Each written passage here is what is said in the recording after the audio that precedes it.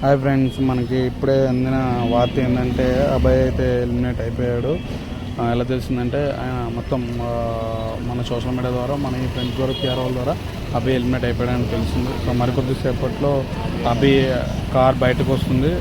ఈ కార్లో ఉన్నాడు, సొంతంగా ఆయన డ్రైవింగ్ చేసుకుంటూ బయటకు వెళ్ళిపోతున్నాడు. చూస్తున్నారు కదా ఫ్రెండ్స్, అభయ్ చాలా కష్టపడ్డాడు. కానీ బిగ్ బాస్ని అలా అనడం అయితే పద్ధతి కాదు. సో అందరూ గేమ్లు ఆడడానికి వచ్చారు. సో ఈయన మాత్రం కొంచెం బిగ్ బాస్ని అనడం జరిగింది. సో అందుకే అభయ్ ఎలిమినేట్ అయ్యి వెళ్ళిపోవడం జరిగింది.